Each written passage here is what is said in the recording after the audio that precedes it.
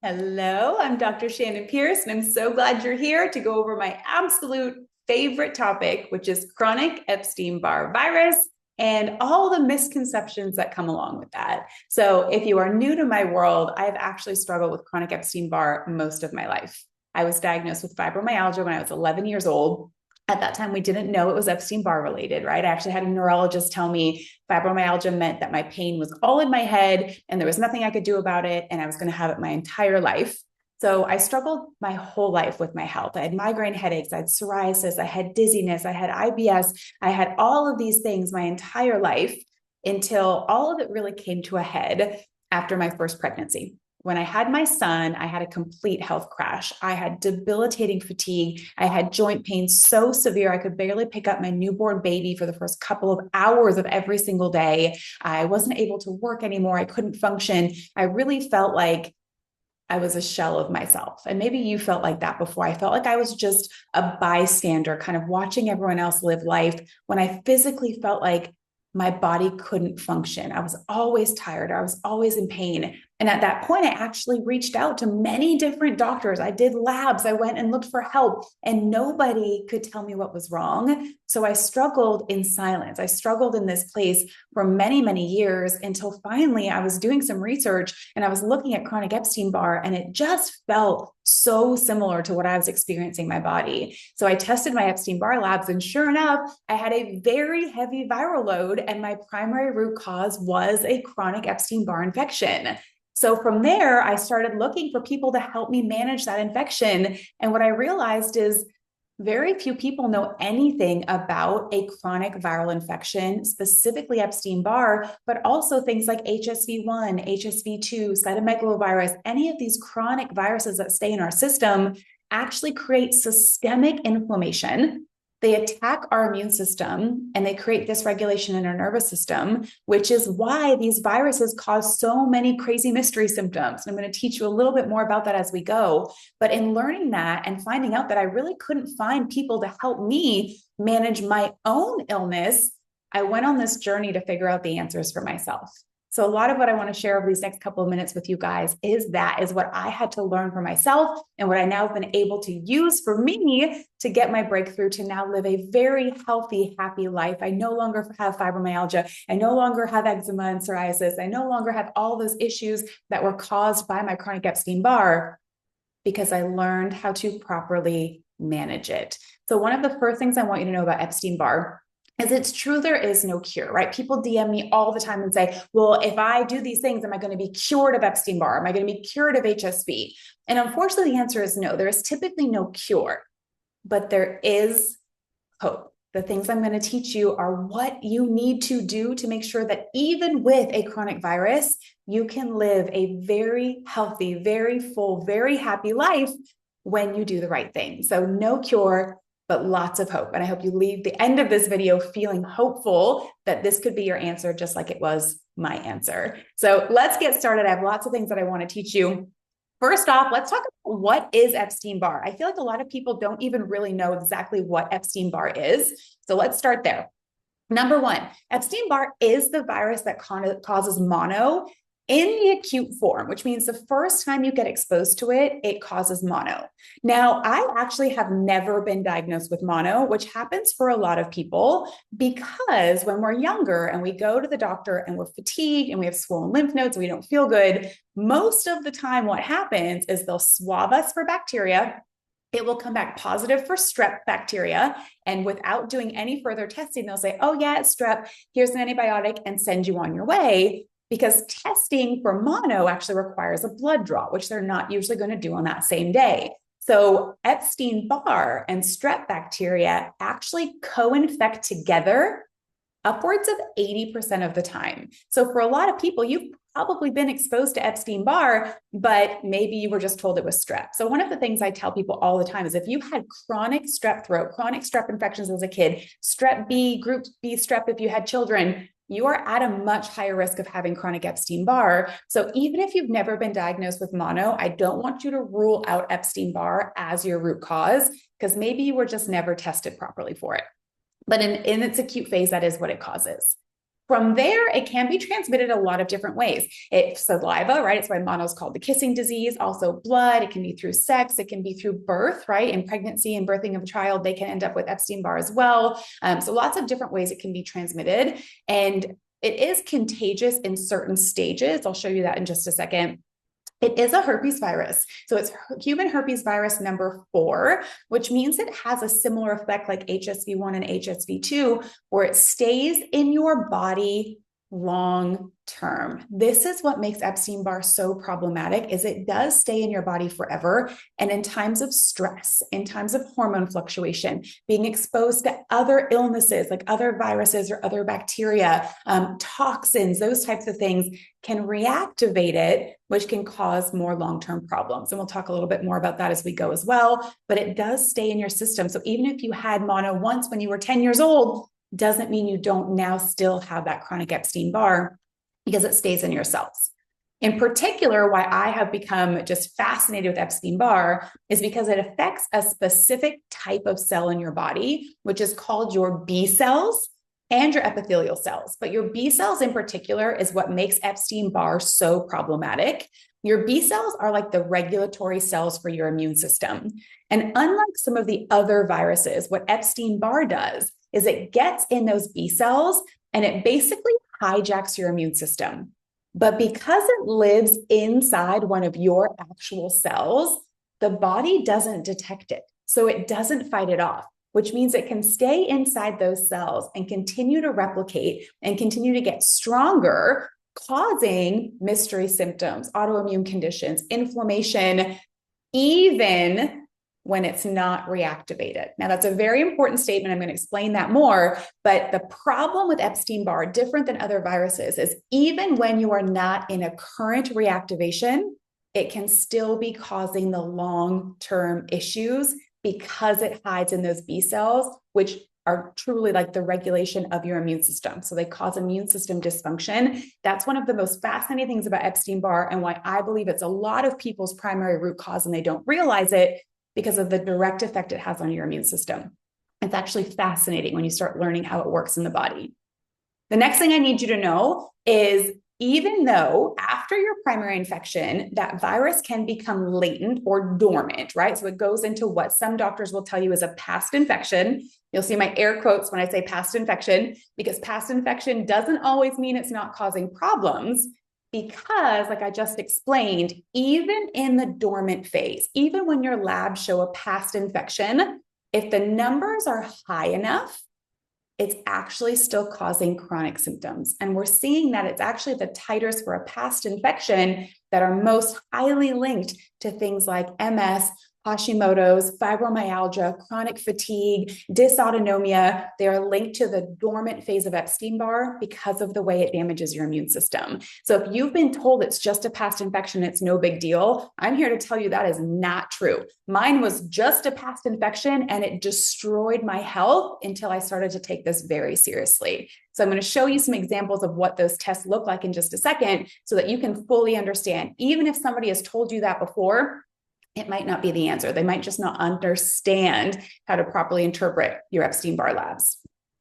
Next up, because Epstein-Barr causes what's called chronic viral replication. So I explained to you how it lives in those B cells in your immune system. And when it's in those cells, if you are not properly managing the virus and really supporting your immune system, it continues to replicate, which means it continues to get stronger for the entire lifetime of the host, right? For your entire life, Epstein-Barr can continue to grow and get stronger and stronger if you don't do the right things to minimize that viral load. So even in that chronic phase, not the acute, not the first time you get it, it does continue to replicate and continues to get stronger. That's what causes the long-term issues.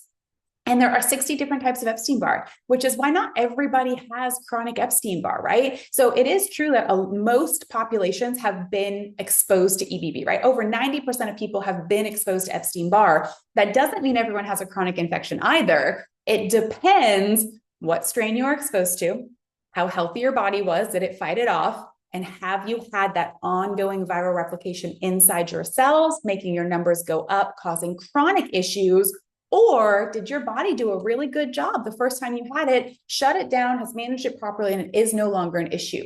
There are lots of people who are lucky, and that's what happens, right? Their body fights it off properly. But then there are a lot of people like myself, and probably you if you're watching this, where it ends up becoming that chronic long-term infection, causing those mystery symptoms and illnesses and potentially even autoimmune conditions.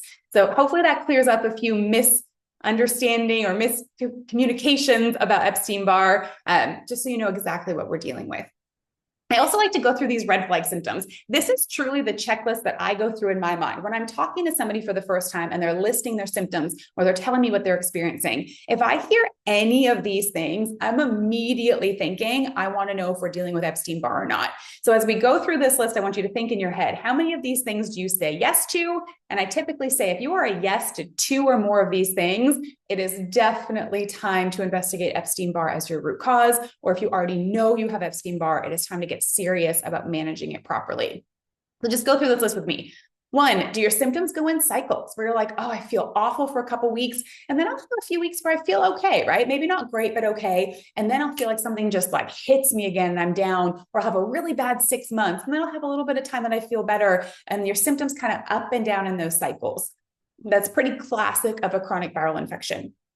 Do you get unexplained joint swelling and pain? I used to wake up and my joints would be so swollen, my rings would be tight, my hands would hurt for no reason. I didn't do a workout the day before. I didn't do anything to cause that. And then the swelling would move around my body. Sometimes it was my ankle, sometimes it was my hand, and there was no rhyme or reason for it. That's pretty classic of a chronic Epstein-Barr infection. Fatigue, even after a full night's sleep. I always say Epstein-Barr fatigue is completely different than regular fatigue. It is that heavy, like, I don't feel like I can drudge through this. Like, I feel like I'm wearing a 100-pound weight vest.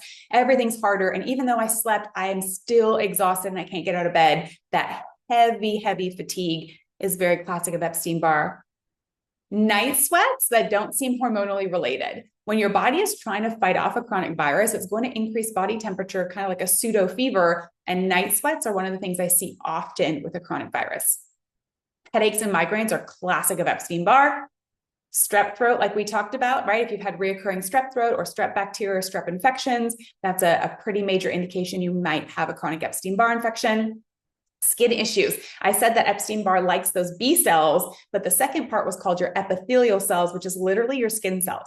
So if Epstein-Barr has an affinity for your skin cell, it makes sense. It's the root cause of a lot of people's eczema and psoriasis. It absolutely was for me.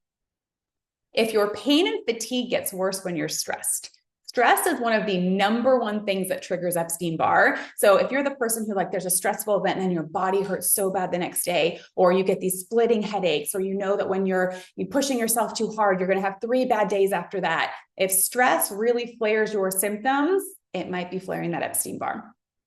Anxiety and depression. I know for me, when I cannot manage my anxiety, when my anxiety is high, it is always when my Epstein-Barr is starting to flare or starting to replicate more, because my anxiety is very low when my immune system is doing well. If I do have circumstances of an Epstein-Barr flare, one of the first things that pops back up for me is anxiety, and then it goes away when it's not there. So those are really highly linked.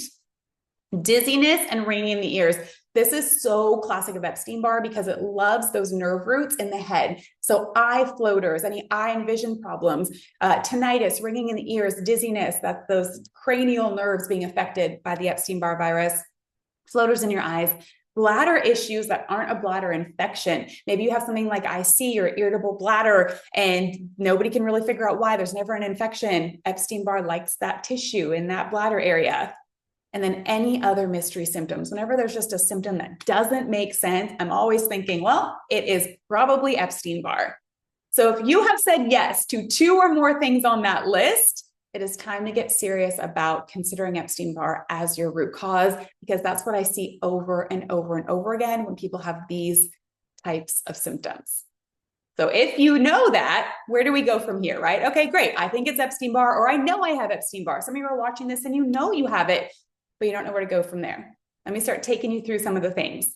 Number one, the reason I find it so very important and why I talk so much about Epstein-Barr is because through lots of research, and not just holistic research, medical research, Epstein-Barr has been linked, and even HSV too, right? I talk a lot about Epstein-Barr because that's my root cause, but any of these chronic viral infections, EBV, HSV, have been linked to many chronic health conditions. It's not a secret. It's not things your doctors don't know. They just don't know how to properly manage it for you. So it's never offered as an answer, because medically, really all they have is antiviral medications like acyclovir or Valtrex. And honestly, the research doesn't show they're very helpful, and they're very hard on the liver. So medically, they don't have an answer for chronic viral infections. There isn't anything that really works. So they don't bring it up very much, but they know they're linked. Everything I'm going to quote you. Now, I have other things that are my opinion that I've seen over and over again that I believe Epstein-Barr is linked to, but the list I'm about to tell you are all things that have been absolutely documented through scientific research to be linked to Epstein-Barr. And again, I think I could probably name 50 other things that I believe are also linked, but these ones are truly have been documented. So we know that chronic viral loads like Epstein-Barr and HSV have been linked to Hashimoto's thyroiditis. So if you have autoimmune thyroid, Epstein-Barr is the #1 cause of Hashimoto's. Multiple sclerosis, MS, very well documented that EBV is a trigger for that. Fibromyalgia, I am living proof that that is a trigger for that. Alzheimer's and dementia, including, I would say, like brain fog, memory issues, but long-term Alzheimer's and dementia. Chronic fatigue for sure. Inflammatory bowel disease. I would also say, I believe IBS and other things as well. There's not enough research to back it up, but that is my opinion. Eczema and psoriasis, definitely, no doubt in my mind. Vertigo and dizziness, lymphomas, Parkinson's because of the way it affects the brain, rheumatoid arthritis, Guillain-Barré syndrome, certain cancers, and systemic autoimmune disease, including lupus and those types of autoimmune issues. These have been documented. So maybe you're already struggling with some of these and have never managed your Epstein-Barr. That's a big deal. Or if you have Epstein-Barr, let's do all the things we possibly can to avoid ever getting these long-term issues to begin with, right? Really true prevention, because we know over time it can flare these conditions. I believe that makes it super, super important to make sure you are taking care of yourself if you have a chronic viral infection, because we know it's linked to these things. So whether you've already been diagnosed with some of these or you just want to do everything in your power to avoid getting them, I believe working on a chronic Epstein-Barr infection is the way to do that. And those are just the documented ones. There are lots of off-book ones that I would very much say are also connected. So let's do a quick fact check. These are the most common things that I hear other people say about Epstein-Barr. So I just want to really clear it up for you. #1, they say, well, if this is such a big deal, why doesn't my doctor check me for this, right? Have you ever thought that before? Why aren't more people checked for this? So I mentioned just briefly, but I think one of the reasons is because they don't have a plan for it. It's very rare that a doctor is going to test something that they can't then give you a medication or a surgery for, because that's their toolbox, right? So even if they know that Epstein-Barr could be a culprit, they're likely not going to test it because they don't have the plan. But also, even most, like your family physician, even a lot of endocrinologists, they don't know how to properly interpret Epstein-Barr labs. It's actually something that's not taught well in school. I had to find it out the hard way for myself. They don't know the difference between a past infection, a chronic infection, a reactivated infection, and an acute infection. So even looking at the labs, they think it's fine when really it's not. So I think there's just a lot of miseducation or undereducation when it comes to Epstein-Barr. And medically, there's just not a great thing to do for a chronic viral infection. #2, my doctor says everyone has Epstein-Barr and it's not a big deal. So I agree, right? I said 90% of people have been exposed to Epstein-Barr. It is very prevalent, right? But that doesn't mean it's not a big deal. It means you need to make darn sure your body did the right things, fought it off, put it into that dormant phase, and stopped it from replicating so it's not a chronic issue versus someone who has a chronic or a reactivated infection. So just because everyone's been exposed to it doesn't mean everyone has the same level of a reaction. So yes, a lot of people have been exposed, but not everyone has a chronic infection. But if you have that list of symptoms that I just went over, if you have any of those diagnoses, if you're struggling with your health, it is very likely you are the person who ended up with a chronic or reactivated infection. So just because a lot of people have been exposed to something doesn't mean it's not causing you problems, even though it might not cause someone else problems, right? Our body is going to manage it differently. So I don't believe that that's a worthy statement, right? I don't care how many people have it. It's affecting my health. I want to make sure I'm taking care of it. So that's one of the things I hear a lot. My labs show I had a past infection, which means it's not affecting me now. This is the one that really gets me, because I believe this statement is why so many people are still struggling with chronic illness, because somebody at some point tested them for Epstein-Barr and told them it's a past infection, it's no big deal, so they stopped looking into it. They were told, this is not your problem, don't worry about it, and you continue for years or decades struggling with your health, getting worse, getting chronic inflammation, gaining weight, getting autoimmune conditions, when the whole time it was Epstein-Barr. The person just didn't interpret your labs right. And I'm actually going to show you how you should properly test for Epstein-Barr. And if you do have your labs, you can kind of compare them. Or if you don't have labs, we can definitely help you get some Epstein-Barr labs. But this statement right here, like I taught you on the first slide, Epstein-Barr stays in your B cells and it replicates and it gets stronger over time, which means even a past infection, if your viral load is big, if those numbers are high, even your past infection titers, it means it's a chronic infection and it is currently affecting your immune system, your inflammation, and your nervous system, which creates long-term issues. So really, I encourage you, if you've had past labs, let's relook at them with a new lens, or if you've not been tested, make sure you get tested from somebody who knows how to properly interpret your labs, and very few doctors look at them the right way. And then there is no cure. You should know the answer to this, right? There is no cure, but there is hope, right? So don't ask the question, is this going to fully cure everything? Am I never going to have Epstein-Barr again? If I would have found that cure, I would have used it on myself, I promise you, and I would share it with you. But what we do to manage it is as close as you're going to get, right? Still being healthy, feeling fantastic, loving the way you look and feel in your body, even though you have a chronic virus in your system. So that's a fact check. That's clearing up some of the most common things, misconceptions that I hear as well. Let's go into Epstein-Barr testing. So if you have some Epstein-Barr labs, feel free to pull them up and look and see where yours fall in line with this. One of the biggest mistakes I see is if you have Epstein-Barr labs done and they only tested 3 different types of antibodies, you know immediately that doctor is not knowledgeable about Epstein-Barr. You at minimum need 4. The one most doctors miss. So if you pull up labs that you have and you have everything except this early antigen here at the bottom, then you know your doctor is not a literate Epstein-Barr doctor because they missed the early antigen. Most doctors will pull number 1, which is called your VCA IgG. Now, this is your titer for a past infection. So if this is the only one positive, it does mean you had a past infection. But what the research shows is that if your VCA IgG is over 150, it could be still causing chronic issues, inflammation, immune system dysregulation, and nervous system issues if the number's over 150. So if this is the only one positive for you, but it's over 150 and you're expressing symptoms, I would still think of Epstein-Barr as one of your root causes. The second one is called your VCA IgM. Think M for mono. This one is typically positive when you actually have mono. This would be the phase that you're contagious when you have it. It means you've been exposed recently to a strain of Epstein-Barr. Every once in a while, I'll find people who stay in a chronic IgM state. That does happen. But for most people, it's when you've just recently been exposed and you have active mono and you're in the contagious phase. This is pretty much the only value that your traditional doctors are looking for.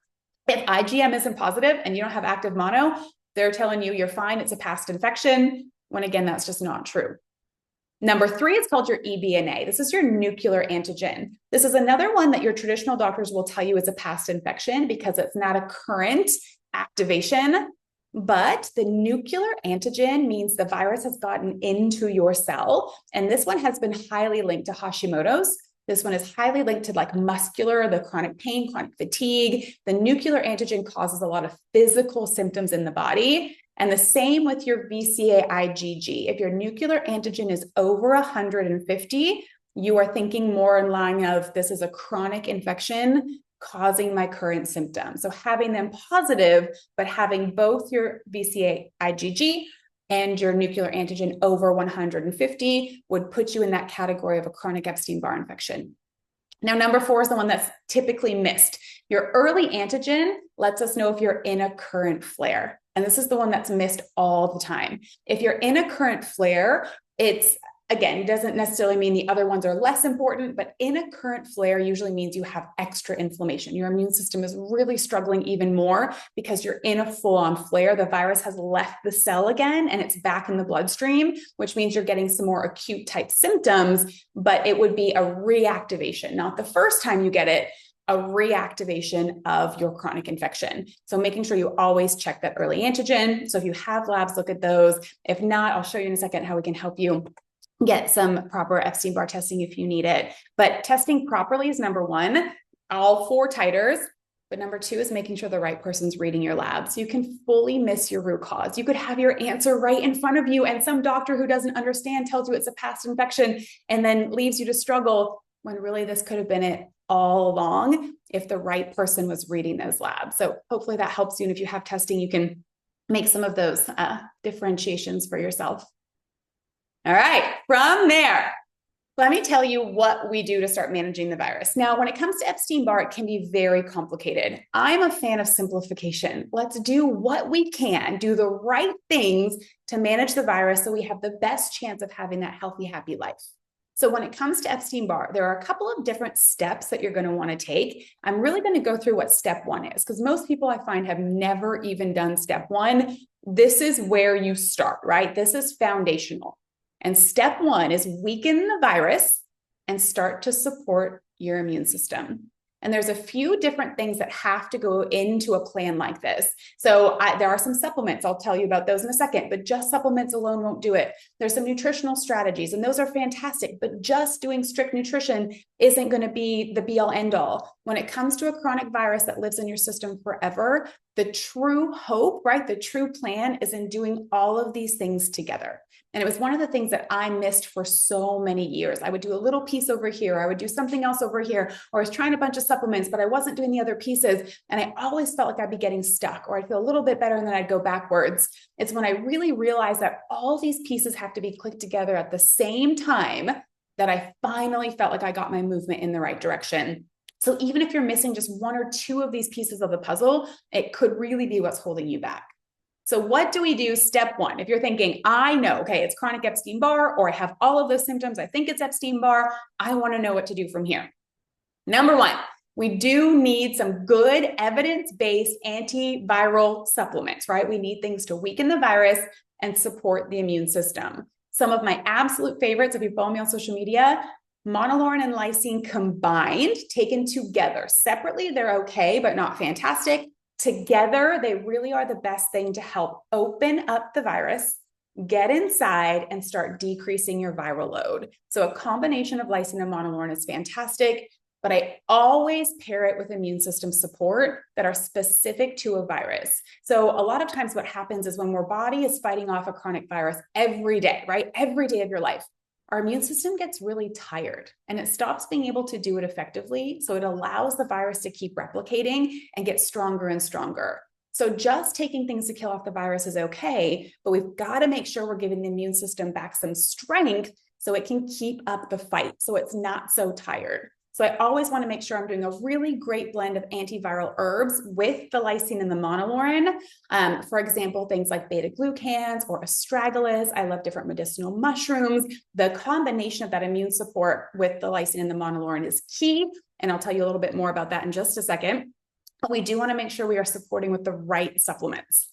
Number 2, there's a very specific antiviral food plan, right? And it comes, there's lots of different things that we want to add into this, but primarily we want to make sure we're avoiding eggs. That always irritates people, but eggs are one of the #1 foods to flare and trigger Epstein-Barr. We want to avoid gluten. Gluten flares the immune system, which can trigger and reactivate Epstein-Barr. And then we also want to be low sugar so that we keep inflammation down in the body. The main priority is we want nothing that's going to flare the Epstein-Barr, and we want our inflammation low so that our immune system can do its job. You really want to make sure you're following a proper antiviral nutrition plan. Stress management. I already told you, stress is the #1 thing that activates your Epstein-Barr. Stress, grief, busyness, lack of boundaries, a loss of a loved one, divorce, all that stuff, anything that's stressful physically or emotionally on your body will trigger Epstein-Barr. So one of the things I've become very good at is making sure that we are combining stress management techniques, which I call nervous system regulation, right? Learning how to regulate your nervous system with the physical changes, right? The nutrition plans and supplements and all of those, doing them together, right? The physical triggers and the emotional triggers at the same time makes a world of difference. So making sure if you're starting to investigate your Epstein-Barr, that you're also really thinking about your emotional triggers, your stress triggers, and minimizing those as much as you can. Other lifestyle modifications, making sure we're having proper digestion, learning what your triggers are. Everyone's triggers are a little bit different. What flares your Epstein-Barr? Good quality sleep, all of these things to help promote healing and the ability for your body to fight off this virus and keep your viral load low is imperative. And then I always want every single person to know how to identify a flare as early as possible. The most important thing with Epstein-Barr is that you know when you are starting a flare, because the sooner you can go back and implement this plan, the less likely you're going to end up in a big flare. So over time, I've got really good at this. I wake up and I know if my hands hurt, or if I have a headache, or if I feel like I'm having anxiety that day, those are my first signs of a flare. I go back every time to this list immediately. And now I can break a flare in the matter of a day or two, when it used to take me weeks and I used to be months in a flare. If you know the right things to do and you can implement them immediately, this is all information you are going to use over and over and over again to make sure that you avoid or minimize those flares or those reactivations. But truly, it takes the list together, the right herbs and supplements, the right food plan, the stress management, having the right lifestyle techniques, and then also being really good at identifying your flares. That is always step one when it comes to Epstein-Barr. Although that sounds simple, I know a lot of you are thinking like, okay, but how do I do all of that, right? There's so much information. It's so overwhelming. I don't know where to go from here. Because that was my experience, and I really had to go through this alone. I had to walk through it. I had to trial and error. It took me a long time to figure out what works. One of the things that became very important to me once I really found these answers was to have a place where people who are struggling with a chronic viral infection can go and get everything in one place. So what I have made, what I want to offer for you guys today, is called my Epstein-Barr Deep Dive program. It is literally every one of these steps taught to you and walked through with you, so you know exactly what to do to start taking care of that chronic Epstein-Barr. So what that looks like, it's a 6-week course, but because I know the average person with Epstein-Barr has brain fog and we're tired and it's overwhelming, I actually give you 6 full months of access, but it is laid out in 6 weeks of content. Now, in this, you are getting everything that I just went over. So number one, you actually get the physical supplements. I have what's called my Epstein-Barr support bundle, which is also great for any other chronic viruses. It has your monolone, it has your lysine, and it has my favorite immune support, which is an herb called Strong. It's included in this plan, included in the price. You actually get 6 weeks worth of your supplements. You get complete antiviral nutrition plans. In addition to my holistic nutritionist, her name is Amanda, is inside the group chat. You get access to her for the entire 6 weeks to ask food questions, to make sure you're doing the right thing. So you get lots of help, so you know exactly what to do for your nutrition.